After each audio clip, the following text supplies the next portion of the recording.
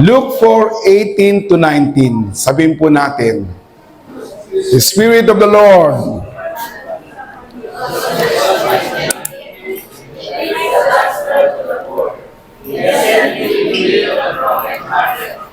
It's the gospel to the poor.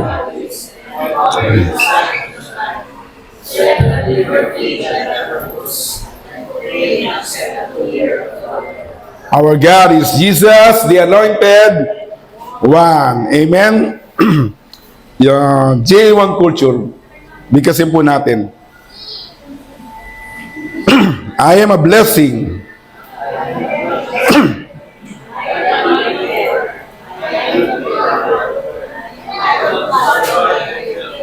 I'm a seasonal. I appreciate everyone and everything.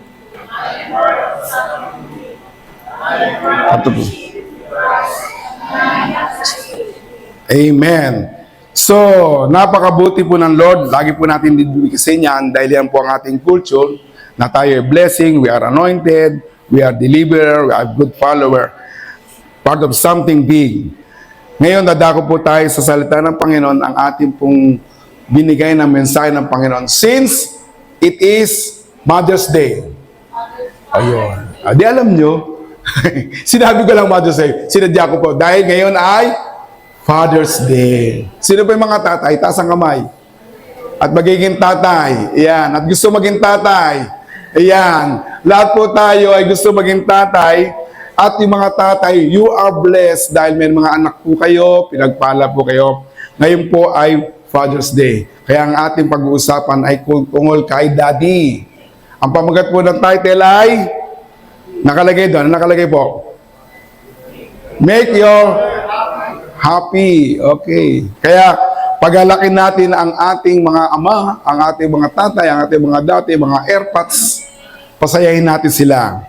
Sabi din po sa Proverbs chapter 23 verse 22, sapagkat listen with respect, sabi rito, listen with respect to the father who raised you, and when your mother is grow old, don't neglect her. Buy truth, don't sell it for the love or money. Buy wisdom, buy education, buy insight. Parents rejoice when their children turn out well. Wise children become proud parents. So make your father happy. Make your mother proud. Okay, tayo po yung mugot pumikit. Panginoon, salamat po na sa banal na Espiritu Santo nakikilos sa aming kalagitnaan.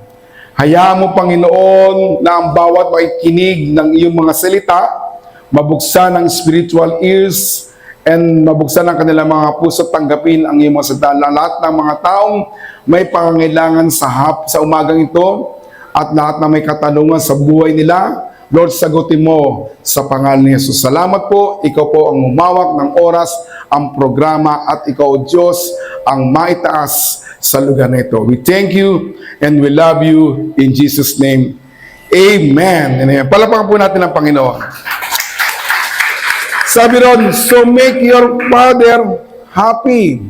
Nakita niyo ba yung father niyo happy? O nag-isip ko, nakita ko ba si daddy naging happy? Okay. Sabi ron, makinig ka sa iyong mga magulang, sa iyong mga parents, sapagkat kung hindi sa kanila, hindi ka naisilang sa mundong ito. O yun, di ba? Ibig sabihin, they are so important. Tayo raw, yung mga magulang natin, si daddy, si mommy, siya raw ang dahilan upang lumabas ka dyan sa mundong yan. At lumabas yung iyong kagandahang lalaki at kagandahang babae. Dahil wag mo raw silang, at wag mo silang kalilimutan, makinig ka sa iyong mga magulang. Wag mo silang hamakin kapag sila ay older na. Pag matanda na raw, wag daw nating hamakin. Kasi maraming tao, sa pelikula, nakikita natin yan. Pero kadalasan din, sa realidad, nakikita natin na may mga tao, pag matanda ng mga magulang, parang binabaliwala nila. Pero hindi raw dapat yan sinasabi sa Proverbs 23 verse 2, kundi wag mo itong Pagsikapan mong may pasayo ang katotohanan, ang karunungan, kaya binigyan tayo ng Panginoon. Huwag mo itong ipagpalit sa kahit anumang bagay. Matutuwa ang iyong mga magulang kung matuwid ka at matalino. Ikaliligayan nila na sila ang naging iyong ama at ina. Amen? Natutuwa ba kayo na ang inyong mga magulang? Ay, itong tatay ko. Itong mother ko, itong airmats ko, itong airpods ko.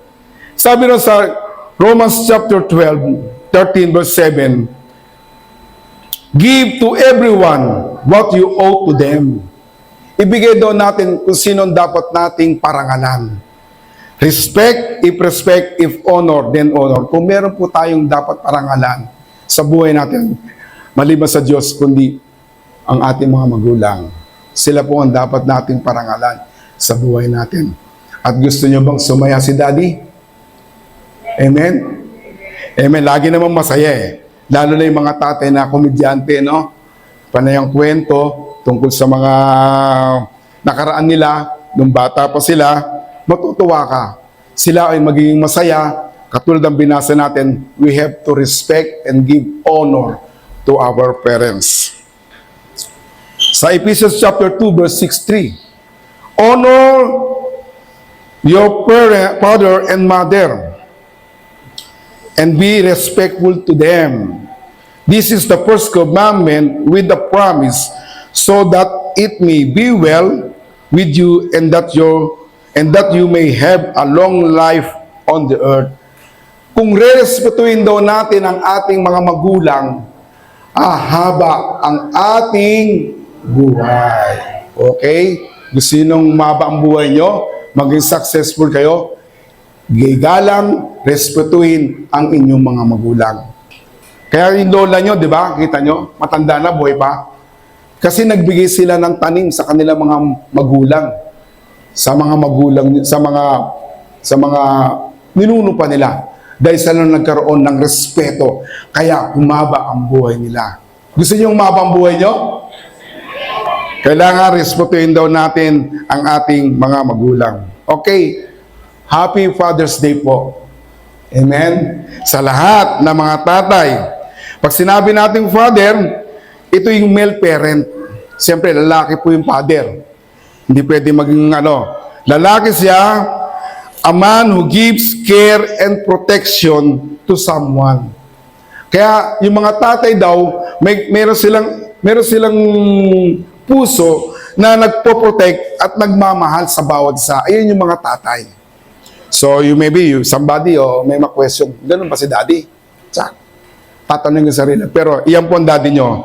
Iyan po ang father nyo. Lahat tayo ay may ama. Totoo po. Wala namang pinagaling na hindi naging ama eh.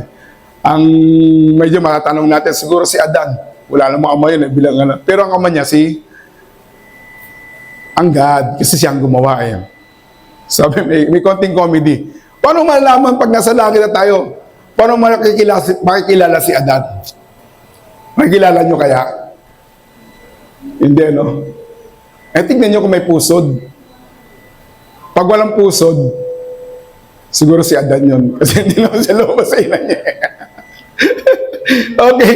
Lahat tayo may ama at may isa at para sa mabuti. Bawat isa meron para sa mabuti ang ating mga magulang. Ang ama ay may kadalasang may malaking impluensya sa ating buhay. Totoo po, di ba? Kasi minsan mga anak, ina-idol yung tatay eh. Di ba? Pag sinabing ang tatay ko, seaman. Okay yan. Kasi father ko, seaman dati. So, na-idolize ko siya. Gusto ko rin yung maging seaman. Kung ang tatay mo ay magaling magmaneho, parang gusto mo rin, magaling ka rin magmaneho. Di ba? Magkaroon ng chikot. At kung iniisip po natin na ang ating mga magulang ay engineer, iniisip natin, ina-idolize natin siya. Malaking influensya po yung mga magulang natin. Di ba? At iyon ay nakukuha natin sa kanila. Katulad din ng Diyos, ang tinutukoy bilang ating makalangit na Ama. At sana'y maranasan natin ang mga katangian ng Diyos sa nakikita natin sa ating mga ama. Ang ama ay tinatawag na makapangyarihang mga halimbawa ng pagmamahal, katapangan, lakas, sakripisyo, pangako at katapatan. Diyan po natin nakikita yung ating mga ama. Amen? Nabivisualize natin na ang ating ama. At kagaya ng katangian ng ating mapagmahal ang mapagmahal na Diyos, ang mga pagpapala at pasanin ng pagiging ama ay tiyak na isang mataas at marangal na tungkulin. So ganun ipinapahihantulad ang ating ama. Katulad daw ng ama ng Diyos na may mga bagay na mataas at marangal na tungkulin. Kaya kung ikay naging ama, meron kang tungkulin at marangal na dapat gawin sa inyong pamilya. Amen? Ang ating ama ay napakalaking responsibilidad sa ating paglaki hanggang sa ating pagtanda. Kaya tingnan nyo, habang kasi may edad na kayo, ang father at ang mga magulang natin, sila yung nag-guide sa atin. Kaya lang minsan sasabihin natin, si daddy naman malaki na ako eh. Si mommy naman, si father naman, masyado naman, pinakikilawang pa yung buhay. Pero ganun po talaga ang isang ama. Iyagi niyang iniisip ang kanyang responsibilidad sa ating paglaki hanggang sa ating pagtanda. Amen. Ang matalinong ama, tandaan po natin, ay dapat umasa sa salita ng Diyos. Marami po naging failure sa kanilang pagpapalaki ng kanilang mga magulang. I should say sa akin, hindi naman ako perfecto. Inamin ko, hindi naman ako perfectong father. Maybe someone is a perfect father sa kanyang mga magulang. Pero kadalasan po, hindi po perfect. Pero meron pong guide and Lord sa atin. Yung kanyang mga salita, ang dapat natin panghawakan at gamitin natin upang mapalaki ang ating mga anak, ang ating mga pamilya. Sabi doon, ang salita ng Diyos para sa pagpapatibay ng loob at patnubay, sa kabutihang palad ng kasulatan. Ang ama ay mayroon din perpektong huwaran. Itong ating dapat gayahin, mga ama, mga daddy, mga airpods, ang dapat daw nating gayahin ang ating amang nasa langit. Sa Psalms chapter 1, verse 2, ito po ang dapat ilagay sa puso ng ating mga ama, ng mga father. Psalms 1, verse 2, instead they find joy in obeying the law of the Lord and they study it day and night. Gusto niyong gumanda ang lakad, ang takbo ng inyong mga mag-anak, ang inyong mga anak, you have to read and study and obey the word of the Lord.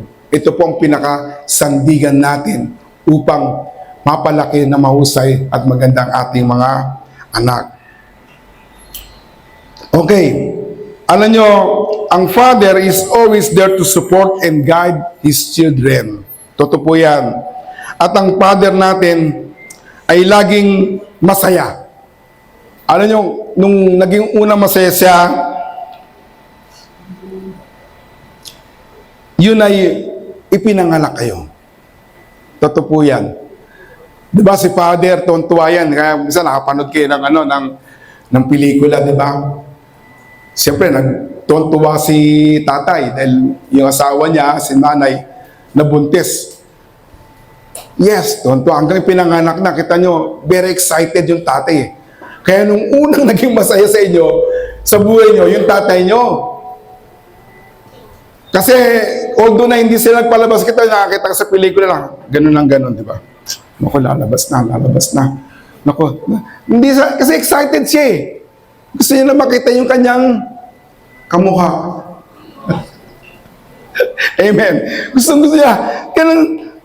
Kaya yung unang naging masaya ang tatay nyo, nung ipinanganak kayo. Pero nung lumabas na yung bata, medyo, yes! Kala nyo magugulat yung tatay. Nagulat siya dahil talagang hawig na hawig ni mama at ni daddy. Doon po naging excited ang father natin. At tumakbo na sa isipan niya yung mga anak. Tumakbo na sa isipan niya yung mga gagawin niya, kung paano ang plano niya at sa buhay mo. So, bata pa lang, sabihin, paglaki niyan, magiging doktor yan. O, di ba? Kaya, sino po rito na nakatapos na ng pag-aaral? Di ba? Marami sa atin.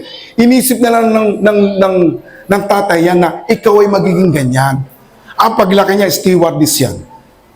Mamana yan sa nanay niya. Ganon inisip na. Pinaplano na sa tiyan pa lang hanggang lumabas, pinaplano niya na kung ano ang magiging buhay mo.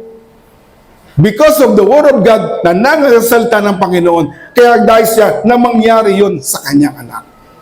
Amen? Siguro naisip nyo, ay kaya pala si Daddy, pinakuha sa akin yung ganitong kurso, dahil ito pala plinano niya. Ayun yun. Okay? Katulad ni Abraham at ni Sarah, nung hindi pa pinapanganak, sino yun? Yung kanilang anak. Si Isaac. Kasi si Sarah, ano yun baog yung hindi siya nagkakaanak. Sabi ng Lord kay Abraham, ikaw ay magiging ama ng maraming bansa. Sabi, paano ako magkakaanak? Si Sarah nga hindi nagkakaanak Paano sabi niyo pa magkakaroon ako ng maraming anak?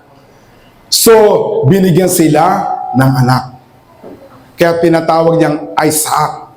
Natatawa siya dahil sabi niya, kaya isang edad ko na ito, ilang taon na si Isaac at si Sarah, nabuntis pa at nanganak pa. Ganon kasiya si Abraham doon, ganon yung mga magulang natin nung tayo ay isilang sa mundo.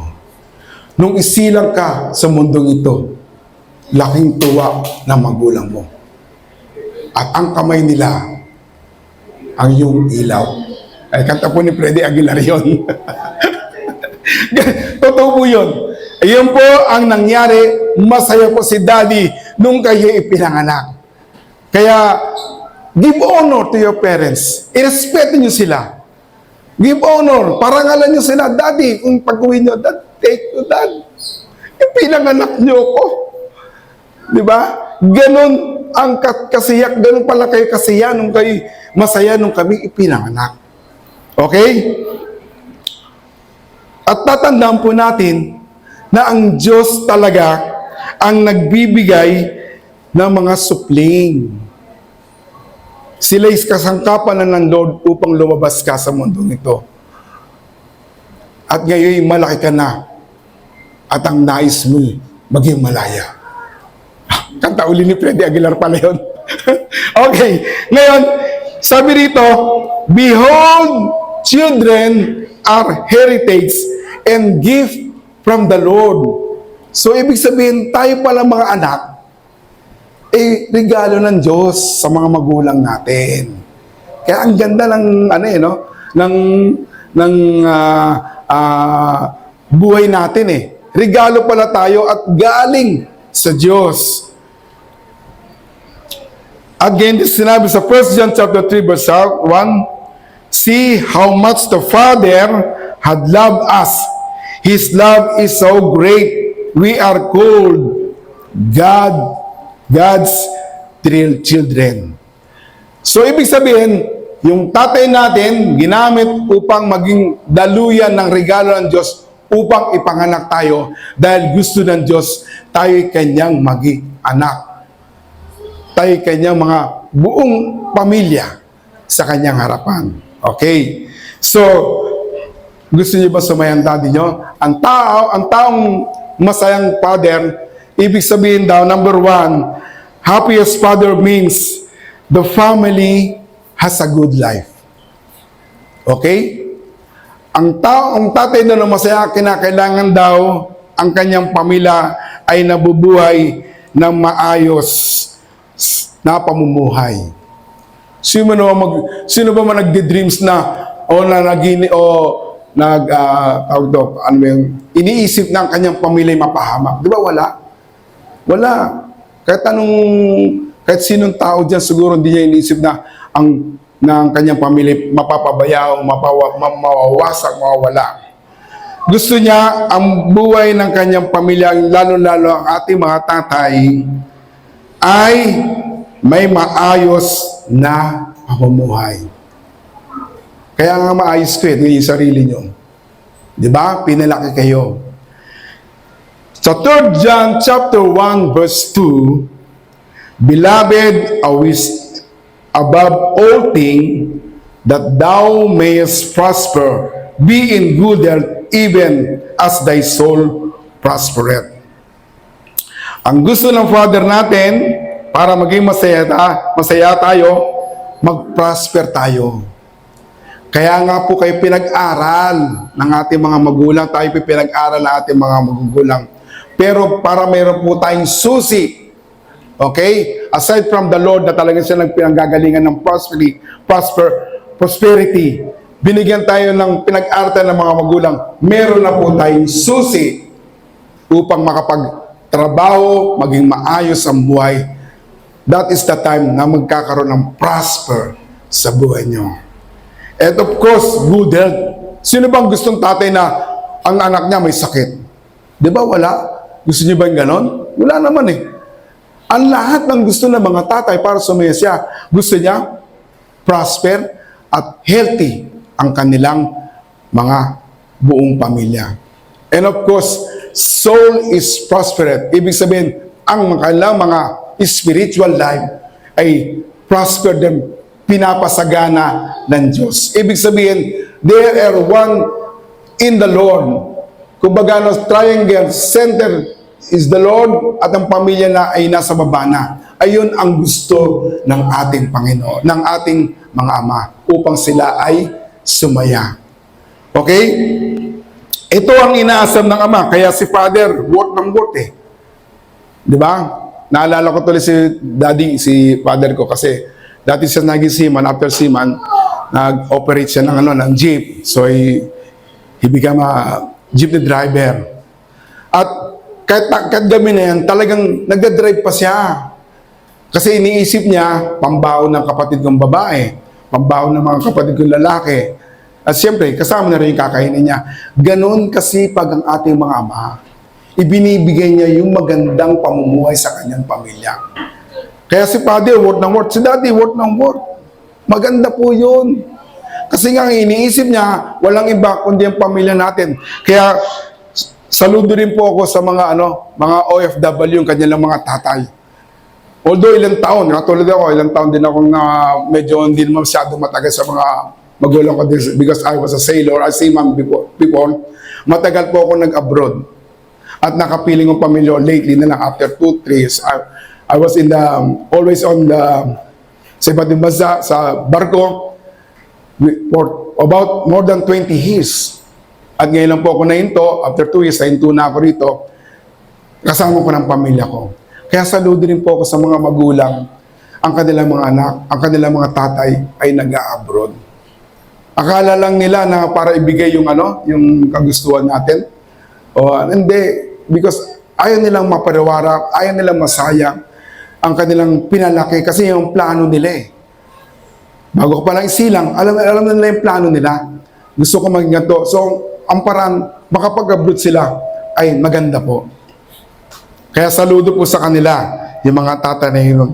Sabi sa Proverbs chapter 10 verse 4, nagpapahirap ang katamaran, ngunit ang kasipagan ay nagpapayaman.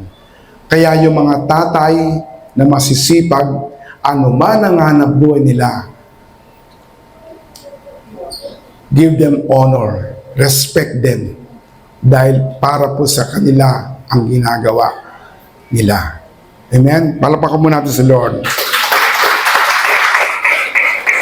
Kaya, sa Philippians chapter 4 verse 19, but my God shall supply. Tandaan nyo although nagtatrabaho si tatay, nagtatrabaho si ating mga magulang, especially mga father, talaga naman, laging they claim the Philippians chapter 4 verse 19.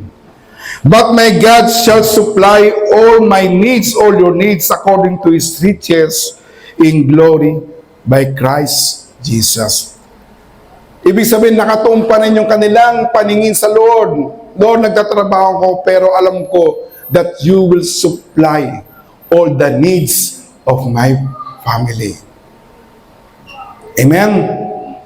Katulad ng isang ama, sa Luke chapter 11 verse 11, sabi nito, what a father among you, if his son asks for a loaf bread, will give him a stone?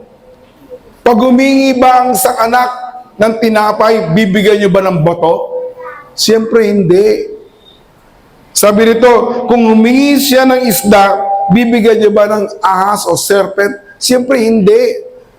Kasi sabi nga ni Lord, kung dudugtong nun, kayo nga mga masasamang ama, o mga masasamang tao, masasamang ama, yung mga anak nyo ay binibigyan nyo kung anong gusto nila.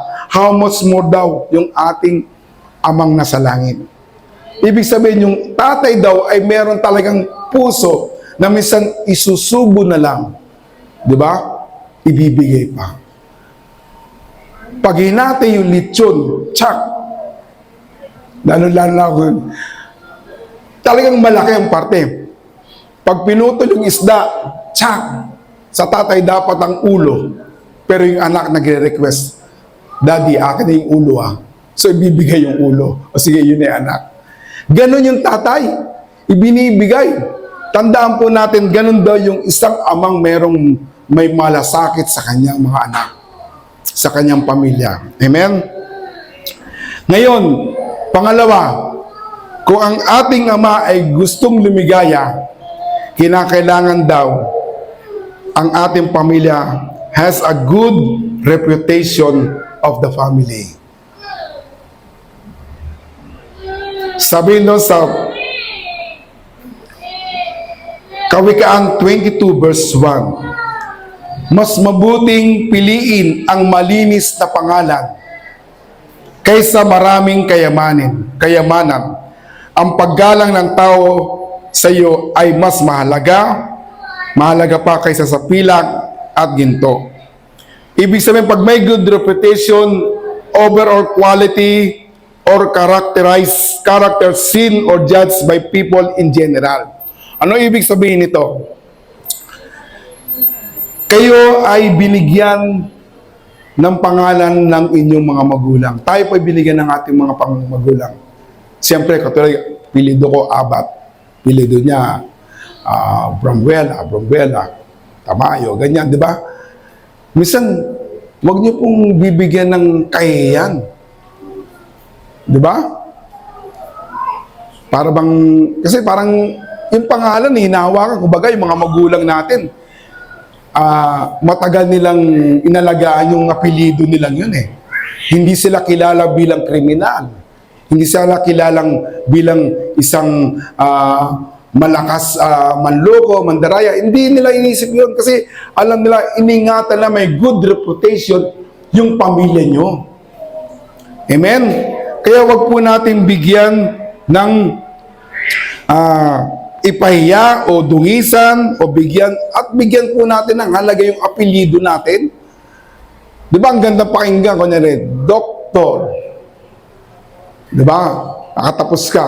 Doktor Abat, kaya Dr. Bromwela, Dr. Katsuela. Di ba yung tatay, proud na proud yun. Di ba? Totoo ba yun? Siyempre. Pero pag nakalagay doon, wanted. Wanted, dead or alive. Di ba nakakaya? Anak ko yan, di ba? Hindi ko anak yan. Kasi ganun, huwag po natin ipahiya yung pangalan kasi napakahalaga po ng pangalan na dinadala nyo. Di ba? Kaya pag binabaltaan ng pangalan nyo, tapos pakita, ay, siya, anak ko yan nagsauli ng pera, nakapulot ng sako-sakong pera, pero sinauli. Aba, proud na proud yung peras mo dyan. Kaya wag nyo pong dudungisan. Amen? Ayan po sinasabi, you are recognized by other people of some characteristic or abilities. So, ayan po, kagaya ng Lord, kagaya ng pagkilala natin sa ating Panginoon. Siyempre, Diyos, sinasabi natin, I'm a Christian. Diba? Kristiyano ko. We are ambassadors, sabi sa 2 Corinthians chapter 5 verse 20, we are therefore Christ's representative or Christ's ambassador.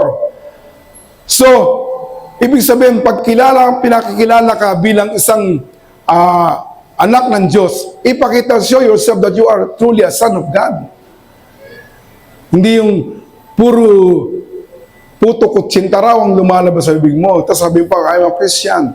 No. Pangit po yung ganun. Kasi napapahiya lang ang Lord. Napapahiya ang Lord sa buhay nyo. Hindi sila magiging malapit sa Panginoon. So, okay? Nakita po natin na a good reputation of the family. Kaya wag nyo pong ipapahiya ang apelido nyo. Kaya minsan tumuntuwa sila di ba? Mayroong, ako'y natatawa pero maganda naman po yung may kasama ko sa pangalan, ang pangalan niya, Procopio. Procopio yung pangalan niya. Pero siguro, napakagandang pangalan nung araw yun. Ayun ang pinangalan sa kanya. Ang pilido pa, Palar-Palar. Pero tuntua siya sa kanyang pilido. Very grateful siya dahil ayun ang binigay ng pangalan ng tatay niya sa kanya. At hindi niya po dinuduisan. Although ang pangalan niya ay Procopio. Ang pilido niya, Palar-Palar. Oh. Pero ginawa niya yun, mahusay, nakapag-abot kasama po sa barko. And he is also a Christian. Tuntua siya dahil naging Kristyano siya. So we are Christ Ambassador, Representative. Gayun din, kayo po ang representative ng inyong pamilya. Amen? Pag lumapit kayo, igagalang kayo. Oy, anak ni ano yan eh. Oh. Ay, si ano yan eh. Di ba? Kilala nila kagad yung apelido at nakikilala nila at meron silang pag-honor and respeto sa inyo at sa inyong pamilya. Number 3, last na po ito. Constant communication. Ang tatay po natin ay magiging masaya kung meron po tayong constant communication. Ano ibig sabihin? Lagi po natin kakausapin si daddy.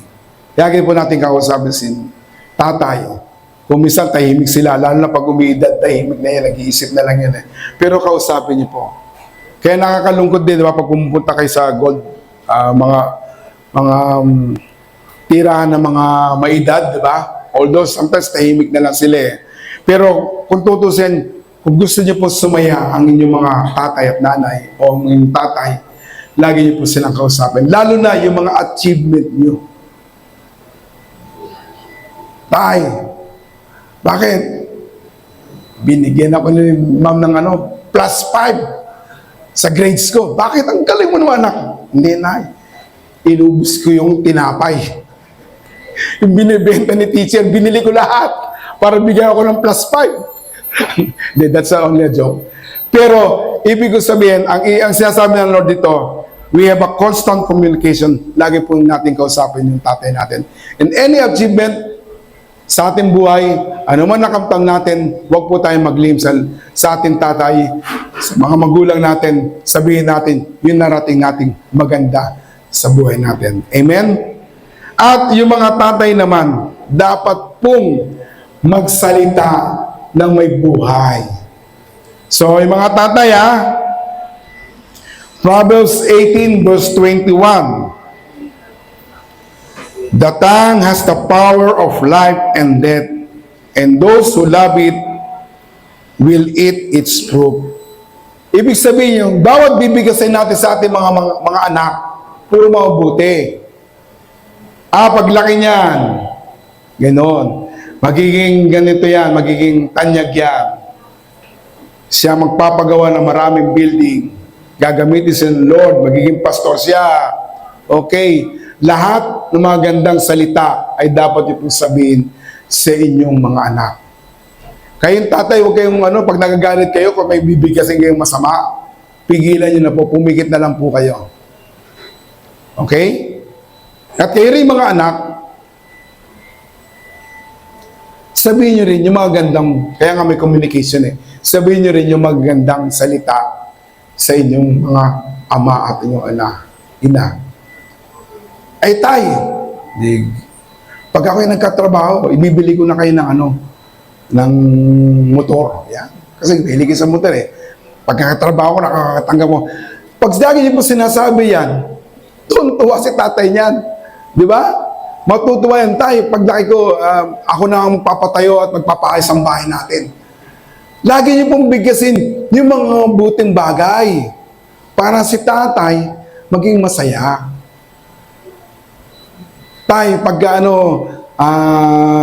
unang sweldo ko, pag sumweldo ko ng malaki bonus, pupunta ako sa punta tayo sa restaurant, papakainin kita kasi magkakaroon na ako ng malaking sahod. Ganun ang dapat natin sinasabi. We have an open communication sa ating mga tatay upang sila ay maging masaya. So, ibig sabihin, you have to lumabas sa ating mga big, yung positive things sa ating mga bibig. Amen? Father must love their children. That means more than just giving them good gifts, it also involves giving corrective discipline. So, kahit binibigyan po tayo ng ating mga tatay ng mga anumang pangangailangan natin hanggang kaya nila, dapat din pong bigyan din ng ating mga anak ng mga corrective discipline. So, ibig sabihin, didisiplinahin din natin yung ating mga anak. Okay. Our Father are called upon to provide powerful example of love. Okay? Courage, strength, sacrifice, commitment, and faithfulness. All characteristic of our loving God. So, yun po ang dapat nating i-provide sa ating mga anak. Yung example of love, courage, strength, sacrifice. Kaya yung mga tatay, minsan, masakit na yung mga katawan, pero tuloy-tuloy pa rin sa pagkatrabaho. Kasi pinakikita niya, they are strong. Malakas sila. Dapat yung mga tatay, hindi magpapakita ng panghihina ng kalooban, kundi meron lakas at loob na tumatagal. Amen? Okay. Ito na po magtatapos. Father's commitment or responsibility. Unang-una po, you have to discipline your children. Habang bata pa sila, disiplinahin na sila. Matutong gumalang, kung maaari, turuan nyo magmano, mag-bless, turuan nyo magpo at opo. Habang lumalaki sila, ay masusundan nila hanggang sa kanilang pagtanda. Tayo tinuruan din naman natin mga magulang, di ba? Oh, yan ang ninong tiyahin mo, bless. O bless ka kagad, di ba? Tinuturuan tayo eh. So, the father must discipline your children. Kaya pag pupunta kami dati, naalala ko yung father ko, pag pumunta kami sa probinsya, lahat na lang doon, binamanuan namin eh. O, mano ka dyan. Lola mo yan. O, mano mo yan. Diyan, tinuturuan tayo, disiplina tayo ng ating mga magulang, ang ating mga tatay. And then, yung mga tatay, responsibilidad po natin to bless your children. Anong una sinabi natin, lagi natin sasabihan sila ng mga blessing, hindi po sumpa. Okay? Pray for them. Ipagdasal po natin sila upang magkaroon sila ng guidance ng Panginoon. Mas mahalaga po, mas mabuti po, ang tatay ay lagi nagdarasal personally sa kanilang mga anak at sa kanyang buong pamilya. And lastly, be an example. Siyempre, wag naman yung sabi mo, anak, wag kang gumawa ng bisyo. Masama yan. Kasi ikaw tambak-tambak yung bisyo mo. Hindi pa nakatanggal yung bisyo mo. Hindi po magandang example yon. Pangit po yon. Pag sinasabi niyong iwasan niyo mga gatong bagay, ipakita niyo po na ikaw ay hindi gumagawa ng masama, kundi pawang kabutihan, because you are a good example. Idol ka eh, di ba? Idol ko si daddy, idol ko si tatay. Ayun ang sinasabi ng mga anak natin. So, teach faithfully, show faith to them, show respect and honor to our God and obey His word. At show compassion and love and mercy. Ngayon, isipin natin, ako wala na akong tatay eh. Actually, wala naman talaga ang tatay na namatay na siya. Matagal lang, almost 10 years. Siguro sabihin natin, ako wala na akong tatay, siguro hindi ko na mararamdaman yun. O pinanganak ka, wala kang tatay, Dahil maaga na o hindi mo na malaya na wala na pala yung tatay mo. Kinuha na ni Lord, o yung mga tatay dito na kinuha na ng Lord, so hindi na nakapilang tatay. Ang sabi po ng Psalm 68, verse 5, He is the Father of the fatherless. So mararanasan pa rin po natin yung pag-ibig ng isang ama sa pamamagitan ng ating Panginoong Yesus. He is our Father, ang apat ng Diyos. He is the Father of the fatherless. Defender of widows is God in His holy dwelling. Sa Psalms chapter 10 verse 14, He is the helper of the fatherless. Ang ating Diyos po ay tumutulong sa mga taong wala ng magulang, mga ulila na. Kaya huwag nating isipin na hindi na natin maranasan yung mga sinabi ng Panginoon sa atin na kinakailangan natin makitaan yung pagmamahal. Our God is a good example bilang isang ama sa buhay natin. Amen? Ayan na po. So, we have to love, give honor, respect to our parents, especially yung talagang nagmahal. Although may mga pagkukulang sila, hindi naman po lahat perfect. Inaamin natin, hindi man perfect si Father. Meron bang perfect ditong Father? Wala naman eh. Minsan nagagalit. Pero ang puso niyan ay laging naroon sa atin. Amen? He is a good Father. Ang Diyos natin ay mabuti, and our Father must be characterized by God. At iyan po ang ibinigay ng Diyos sa inyo. You have to love them. Amen? Palapakan po natin ang Panginoon. So, tumayo po tayong lahat and we will sing that song, You have been so good to me. At habang inawit natin to, although na may umaawit naman talaga, maybe you can ipasok natin sa spirito natin sa ating pag-iisip na yung mga kabutihan ginawa ng ating mga ama sa atin. Yung mga ginawa ni Daddy, ni Father, ni Tatang, ng ating ama sa atin.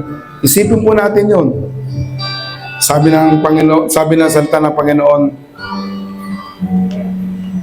wag daw po natin kalilimutan ang ating mga magulang na nagbigay ng buhay sa atin.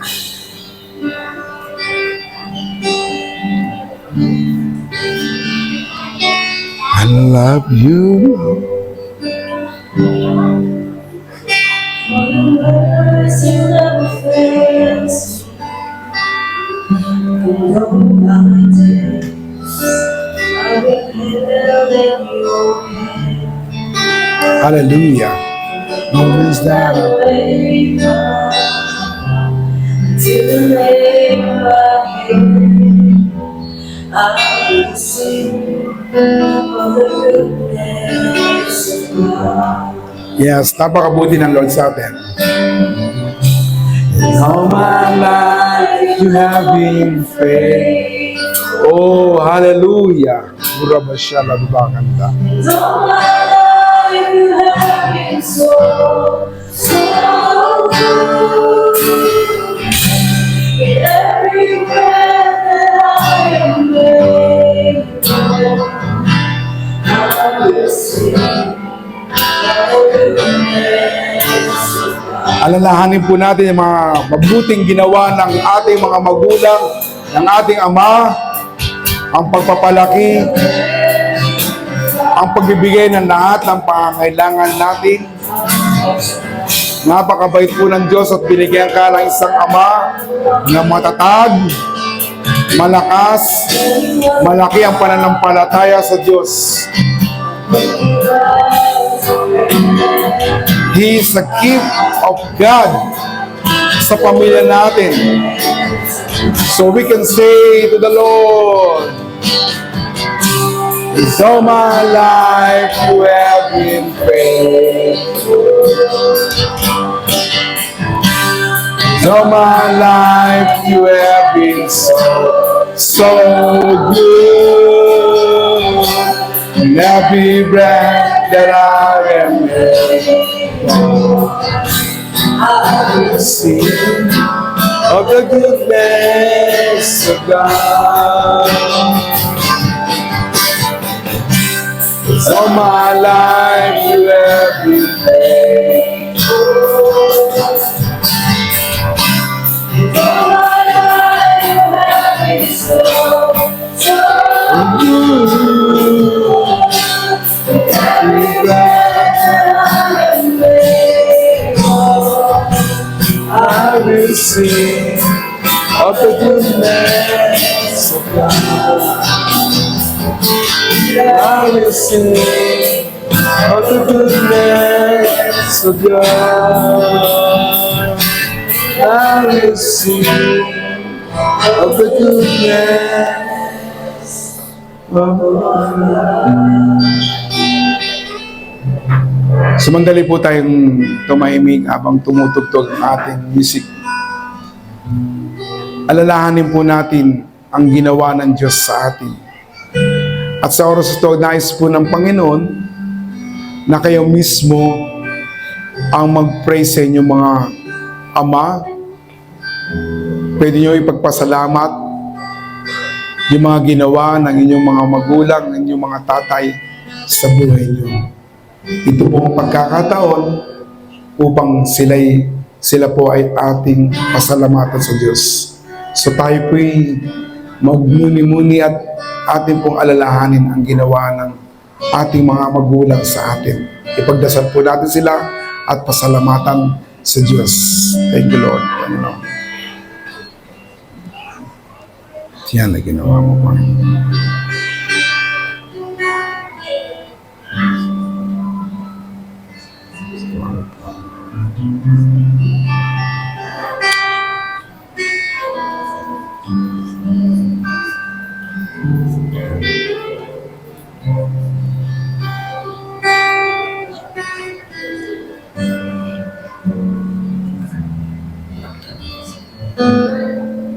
Yes, Lord. Salamat po. Salamat, Lord, sa aming Ama na naging matibay ang kanilang kalooban. Salamat, Lord, at kapiling pa namin sila. Hindi pa huli upang maipadama namin ang aming pagmamahal sa kanila. Marami po silang sinakripisyo sa amin. At minsan, Lord, hindi namin sila bibigyan ng pansin. But by this time, Lord, dahil sa iyong mga salita, kami dapat gumalang at magbigay parangal sa aming Ama. Salamat po, Panginoon. They are strong, Father, para sa amin. Sa nakakaranas kami, Panginoon, ng kami mismo nagiging matigas ang ulo. Binabaliwala namin ang mga pangaral sa amin. Lord, patawad. Lord, forgive us. Ayaw po namin na sila'y panghinaan ng loob sa mga pangarap sa amin. Pagkos, Lord, sa tulong mo, Diyos, dahil sila may mga plano sa aming mga buhay, Lord, gagawin namin at bibigyan namin ang parangal ng aming mga magulang. At ang pangalang ibinigay sa amin, ang apelidong binigay sa amin, Lord, hindi po namin dudungisan. Hindi po namin bibigyan ng kahihiyan. Bagkus, Lord, it will give honor sa aming mga magulang. Lord, patuloy mo pong palakasin ang aming mga tatay, ang aming mga nanay, anuman ang nararamdaman nila, bagamat hindi namin kapiling dito, saan man sila naroroon, Lord. We are praying, Lord, that they will give Him more and abundant life. Especially, Panginoon, maranasan pa nila, Panginoon, ang mga bunga na ibibigay namin para sa aming mga magulang. Salamat, Panginoon. Napakabuti mo sa bawat sa. Patuloy mo po kaming uhawin ng iyong mga salita. Patuloy ka po namin sundin at at bigyan ng parangal sa aming mga buhay. Salamat po na marami sa iyo pong papuri at pasalamat sa pangalan ni Jesus. Amen and amen. For the last song, in all my life. In all my life you have been faithful. Amen. So my life you have been so good. In every breath that I am in. Yes, Lord. And I will sing of the goodness of God. For the last time. So my life you have been faithful. Yes, God is faithful to us. So my life you have been so good. In every breath that I am in. Yes, Lord, I will sing of the goodness of God. I will sing of the goodness of God. Amen. Oh, we'll sing of the goodness of God. Amen. Hallelujah. Let's praise the Lord. Amen and amen and amen. Bumuha ka po na po tayo.